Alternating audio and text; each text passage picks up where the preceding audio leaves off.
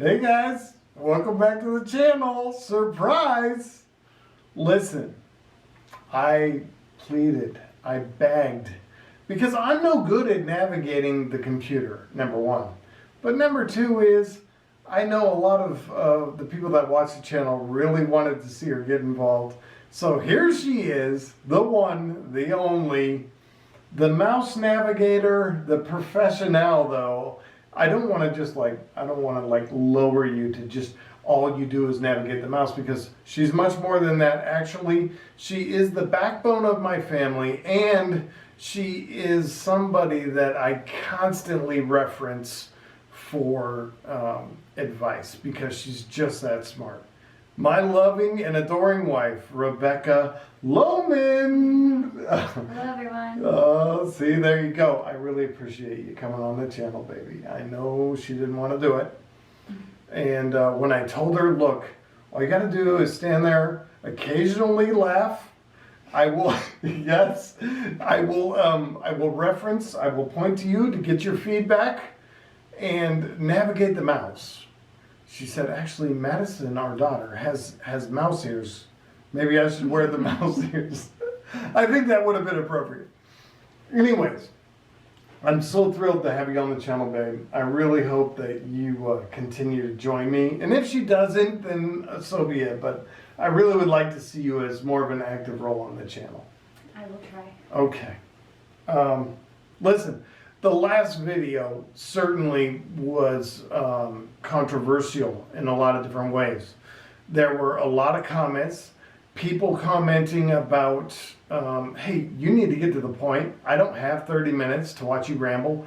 I get that, and I appreciate that, because one thing I can say about our audience is that we don't have a bunch of dummies. We have people that are intentional with their time. And that requires me to be intentional with my time in front of the camera.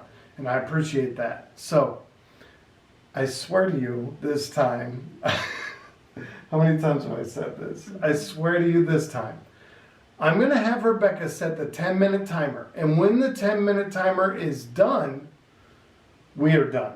I'm gonna click back to this setting.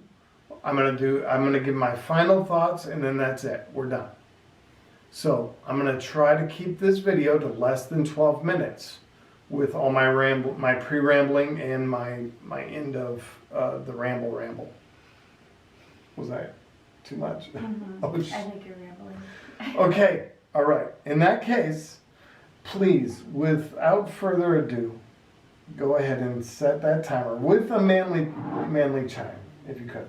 No promises. Oh, okay. A few facts on the housing market that I'm going to touch on first. I know it's not clickbait, guys. I put it on there because it's worthy of letting you know. And any real estate agent out there that wants to challenge me on it, I'll be happy to give you the data, where I resource the data. Okay, Black Knight. is where I get most of my facts about real estate. But just to kind of circle back on some of the real estate information I was talking about last week, where I was like, hey, there's going to be a real estate crash. In fact, it's already started, and here's some key reasons why it's already started. I got a lot of kickback. I got a lot of people that just don't want to believe that. But let me just tell you this. Number one, any real estate agent, any real estate investor, anybody who's been in the market, because you get people that are like, well, they throw out their accolades, right? So I've been in the real estate market for 30 years.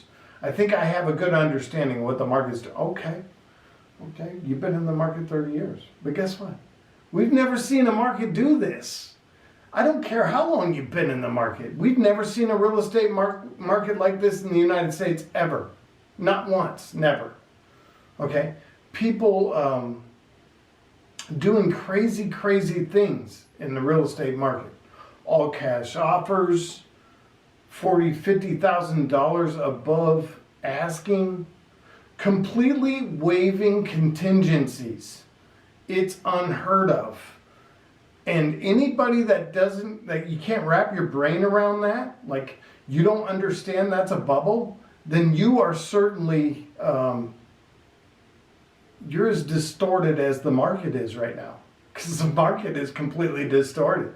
And now you've become kind of distorted with the market, unable to maintain your bearings. Like instead of staying at the shoreline, looking at the crazy waves in the ocean, you've become part of those waves.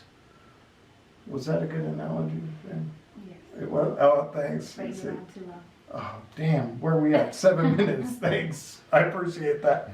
Okay, 3 things I just want to touch on real quick about housing because I know it's not clickbait. I just wanted to really mention it, and I know you probably clicked on here looking to see what it was. But before I do, and I know this part kills people. This part is like, hey, why don't you just get to what you're going to say? Like, that's the part that kills people. But listen, I'm trying to grow the channel. So I'm going to give you the 3 things that I'm going to circle back to about the real estate market from last week. But first, I implore you, please, if you like the channel, like if you're interested in the garbage that I'm spewing, and I would submit that most of it's not garbage, it's actual facts, because I only reference facts. Like and subscribe. Today is Sunday, the 27th of June. And the facts I'm about to present to you are relevant to that date. That's why I always say the date. But please like and subscribe, okay? Okay. Here's the first fact about real estate that everybody watching this channel should know. And I want to just mention real quick, somebody reached out to me that's she's waiting for the market to correct. She's waiting to buy because she believes that there's going to be a correction. She doesn't want to buy at the top end of the bubble. And I advise her to wait. Don't buy at the top end of the bubble. Wait, you're doing just fine. I know the waiting is hard. But here's 3 key facts that might help you wait. Number 1, all of these relate to the past 4 months. In the past 4 months, existing home sales have declined. 4 months in a row. Past 4 months, existing home sales have declined. Here's number 2. Ready? I'm gonna look down and read it. Active listings have gone up 4 months in a row. It's a fact. Black Knight. Check it out. It's a fact. Active listings have gone up 4 months in a row. The last one, let me look down and read it again. The number of price cuts, believe it or not, I know the markets are strange, like it depends on where the house you're looking at, but the number of price cuts over the past 4 months has increased. Over the past 4 months, the number of price cuts has increased. Okay, there it is. There's your housing information. Now I got to move on because I got 4 minutes and 48 seconds left. Holy cow. I don't think we've ever been under this kind of pressure. I want to talk about Jerome Powell. I want to talk about transitory inflation. And before I do, I just want to notate, I want you guys to realize something about Jerome Powell and the Fed. Our Central Reserve banking system, okay? It's super important. These guys control the purse strings, which means they really control this country, which is the arguably the #1 nation in the world, I would say. Actually, it's not even arguable. We are the world's superpower still. There's no one that can touch America, please. But now I'm getting slightly political. Okay, sorry. This is a very powerful man, Jerome. Powerful. He's very powerful. And powerful, sorry. He's a very powerful man. I almost did it twice. Holy cow. Now I'm sweating. I feel my anxiety building. Look. Jerome Powell is not an economist. I know that's hard for a lot of people to wrap their heads around. But I'm going to tell you what he is at the end of this video. So if you would like to know what Jerome Powell is, he's not an economist. Stick around to the end of the video and I'm going to show you exactly what he is. But the person running the largest economy in the world's reserve currency, he is not an economist. That's noteworthy. And I'm going to tell you what he is at the end of this video. Okay. So here we go. He's been using the silly term transitory. Okay, so inflation is transitory, meaning it's temporary, according to Jerome Powell, who's not an economist. Guess what? That means it's only here temporarily? Okay. Isn't it funny? I just want you to observe this with me. Anything that's negative, anything that's bad, is only temporary according to Jerome Powell. Like, it's just transitory.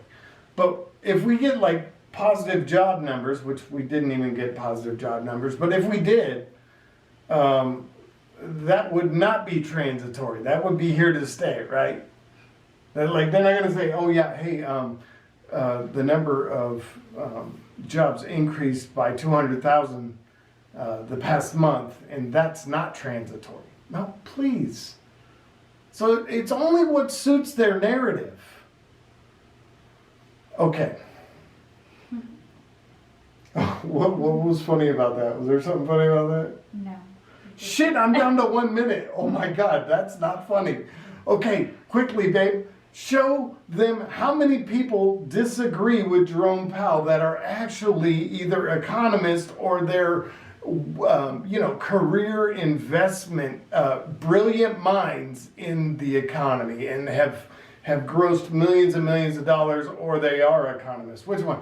Jamie Dimon says JP Morgan is hoarding cash because a very good chance inflation is here to stay and Jerome Powell's a crackhead. Well, he didn't say Jerome Powell's a crackhead, but he should have. Okay, next one. Go quick. Oh, from CNBC. Such a reliable news source. But hey, at least they're commenting on the truth. Top investment strategist David Roche says inflation is here to stay. You guys, you can look at any of these articles. I'm not making this up. Like, I'm not Mr. Doom and Gloom. This is the real news. These are the people that are really commenting on what our market is doing. These are people that are established, that have careers in, the economy. They've built fortunes. Go ahead, go to the next one, babe. What's Warren Buffett say? We are seeing substantial inflation and raising prices. Warren Buffett. What does he know? He's an old ass man. What's the next one, babe? Uh-oh, Big Short. The guy who called the last housing crisis. Guess what he's saying? Big Short investor. This is recent, guys. This is, oh my Lord. Okay, I'm going to wrap it up real quick. I can't believe that's 10 minutes that quick. Okay, Big Short investor Michael Burry is back on Twitter cautioning against a market bubble. A market bubble. Of course he is. Okay, next one, babe, real quick. Guess what? Ray Dalio, Bridgewater founder Ray Dalio, rising inflation concerns over federal spending. They're just going to keep spending until they can't spend no more. They destroy our currency. Fed's Powell predicts transitory inflation, but warns it could be higher than expected. Well, that's nice of him. At least he's being slightly ingenuous. Like, most of the time he's just completely disingenuous. And finally, oh no, go ahead. One more. What is it? U.S. inflation is transitory, but could become more persistent, says ex-Fed official Dudley, and that was just last week. So, or was that 2 weeks? Oh, 3 weeks ago. But at least Dudley's being honest. Like, hey, it could be a little bit more persistent. It might not just be transitory. The big question, drum roll please, oh nice. What is Jerome Powell's actual title? The next Fed chair is not an economist. Doesn't matter. I would argue, yes, it does matter. It absolutely matters. This was a Trump pick. So Trump picked this clown, but I would argue that even if Biden picked a clown, it wouldn't have been any better. Biden would have picked his mailman because he's confused. He'd be like, the mailman seems like a nice dude. Let him run the Fed, right? Okay, scroll down real quick, babe, because this is the first time in 40 years. Guess what? Jerome Powell is Donald Trump's pick to run the next Federal Reserve chair. If confirmed by the Senate, he will be the first non-economist to hold the job in nearly 40 years. This guy isn't even an economist. Guess what he is? He's a lawyer. And you're going to trust a lawyer that it's transitory, that he knows what he's doing. He doesn't. Pay attention to the signs, guys. Babe, bring us back to center. Let's get that debt clock rolling. Let's make sure it's going. Is it going? Hey, guess what, kids? The Fed keeps threatening that they're going to raise interest rates if inflation persists. But guess what? They can't. Because, ooh, I got it right first time. Look at that. We're almost at 30 trillion in debt. 30 trillion. Even at 5%, do you know what that puts our annual interest payment at? 1.5 trillion per year. Hold on, I gotta reference my notes because I don't want to get it wrong. I don't want to fill you with garbage, but guess what? $30 trillion, I'm rounding up, right? Okay, let's round up. In debt. What? For the first time. You make me sad in my soul sometimes. So $30 trillion in debt. At 5%, that's $1.5 trillion of implied interest expenses. That's just to service our debt. I hope you understand that. Consider this. We currently have around 3.5 trillion in revenue from taxes. So that's just short of half of our revenue from taxes will go just to service our debt. That's not paying the debt down. It's unsustainable. Thank you for tuning in. I'm trying to keep it short. I could go on and on. I got more material, don't I, Ben? I had to cut out a bunch of stuff. Guys, I love you to death. I love my audience. I know you guys are all intelligent, you're smart, you're craving information. We want to be here for you. We want to do this in the future. Please cheer my wife on in the comments. The comments from last week were outstanding. I appreciate all of you. The feedback, I just can't speak highly enough about all of you. That's it. That's what we got. Until next week, please be good to each other and be good to your money. Don't go into debt. Get out of debt. Do everything you can to get out of debt now. Buy gold, buy silver, buy food, buy canned goods. Get ready for what's coming, because it's coming. It's the reason I started this channel. Middle class schlub that's trying to help other middle class schlubs. I love you. See you next week. Bye.